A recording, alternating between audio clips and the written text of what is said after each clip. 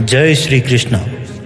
ईश्वर की महिमा का ज्ञान स्वयं ईश्वर को ही होता है, क्योंकि किसी भी इंसान के पास ऐसे वो शब्द ही नहीं है जिन शब्दों से वो ईश्वर की महिमा का बखान कर सकें। वो शब्द ही नहीं जो ईश्वर के गुणों के बारे में, ईश्वर के ज्ञान के बारे में सब कुछ बता सके। इसलिए जो कहता है ना कि ईश्वर के ये गुण हैं, वो मनुष्य भी आधी अधूरी बात ही कह रहा है। जिसको कोई नहीं जान सके पूरी तरह से, वही ईश्वर है। श्री कृष्ण की लीला देखो। बचपन में माखन चुरा के खाने वाला एक ग्वाला महाभारत का युद्ध जिता देता है। ऐसा ज्ञान दे देते हैं श्री कृष्ण जिसे लोग भागवत गीता के नाम से जानते हैं। इस वीडियो में हम प्रभु श्री कृष्ण से वो 21 बातें सीखेंगे जिनसे हमारी जिंदगी पूरी तरह यानी कि 180 डिग्री बदल सकती है। हम बेहतर डिसीजन ले पाएंगे, बेहतर मेहनत कर पाएंगे, बेहतर हमारे रिजल्ट्स होंगे, अपने मन को शांत रख पाएंगे, ओवर थिंकिंग और नेगेटिव थिंकिंग को दूर रख पाएंगे, विद्यार्थी एग्जाम में टॉप कर पाएंगे और बिजनेसमैन अपने बिजनेस में पैसा कमा पाएंगे। हर वो इंसान अपना लक्ष्य ढूंढ लेगा और अपने लक्ष्य को पा लेगा। उसका जीवन सफल हो जाएगा अगर जिसने भी भगवान श्री कृष्ण से ये 21 बातें सीख ली, क्योंकि ये वही श्री कृष्ण की लीला है, उनका ज्ञान है, जिन्होंने अर्जुन जैसे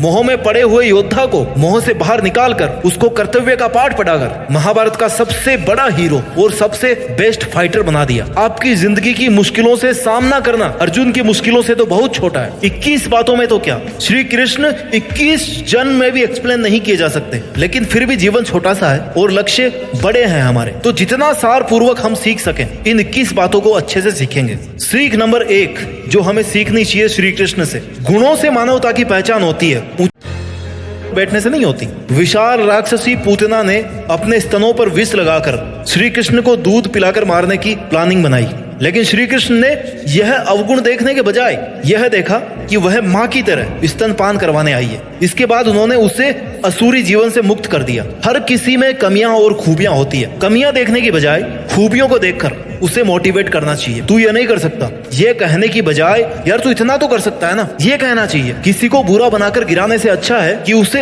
अच्छाई बताकर, उसे अच्छा बनाकर उठाया जाए। और अगर हम ऐसा करेंगे ना तो हमारे समाज से बुराइयां खत्म हो सकती है। सीख नंबर 2 जो हमें भगवान श्री कृष्ण से सीखने को मिलती है, संयम से अपना काम करते रहो।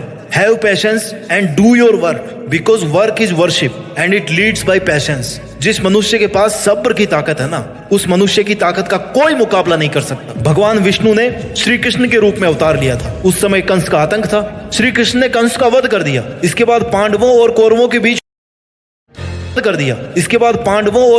बीच हुए युद्ध में पांडवों का मार्गदर्शन भी किया। अर्जुन को गीता का उपदेश दिया, कर्म का महत्व समझाया। श्री कृष्ण के जीवन से हमें कर्म करते रहने की सीख लेना चाहिए, चाहे कैसी भी परिस्थिति आए। जब तक आप जीवित है ना, हर परिस्थिति का सामना करना और उसके अनुसार काम करना, ये आपको आना चाहिए। आपका कर्म ही आपको सही रास्ते पर ला सकता है। हाथ पर हाथ धरे बैठने से आपको मंजिल नहीं मिलने वाली। श्री कृष्ण ने गीता में कहा है कि मैं किसी का भाग्य नहीं बनाता, हर कोई अपना भाग्य खुद ही बनाता है। आज आप जो कर्म कर रहे हो ना, उसका फल कल आपको प्राप्त होगा। और आज जो आपके पास है वो आपके पहले किए गए कर्मों का फल ही है।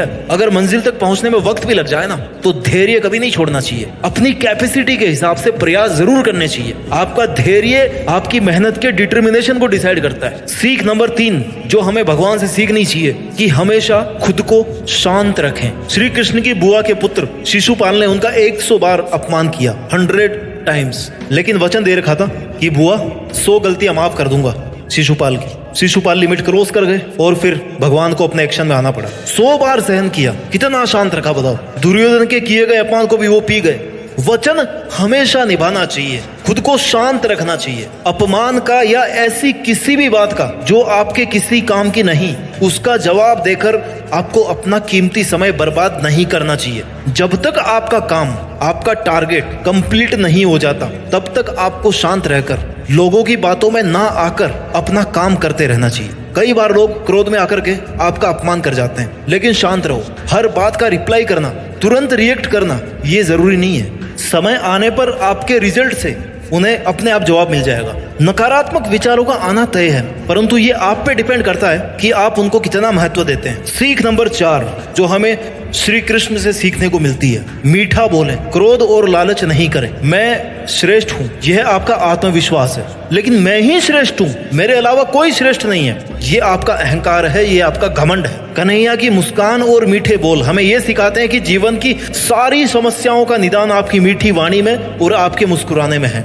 आप मीठा बोलकर और मुस्कुराकर हर चीज को सॉल्व कर सकते हो, हर मुसीबत को सॉल्व कर सकते हो, हर कठिनाई को जीत सकते हो। हंसते हंसते इजी वे में उसी काम को करोगे ना तो उसकी एफिशिएंसी ज्यादा होगी, आपको मजा आएगा, गुस्सा और स्ट्रेस आप कम करोगे। मीठा बोल करके ना आप दुश्मन को भी अपना बना सकते हो। क्रोध से निर्णय पर बादल छा जाते हैं, जिससे आपकी मेमोरी डिस्टर्ब होती है। मेमोरी डिस्टर्ब होती है क्या होगा? आपकी बुद्धि नष्ट हो जाएगी, भागवत गीता में लिखा है। और जब आपकी बुद्धि नष्ट हो जाएगी ना तो मतलब इंसान ही खत्म है, फिर इंसान की इंटेलिजेंस खत्म हो जाएगी, सोचने की पावर कम हो जाएगी। क्रोध आपका कंसंट्रेशन कम करता है, ये दूसरों से ज्यादा खुद का नुकसान करता है। गुस्से में लिया गया फैसला आपका गलत हो सकता है।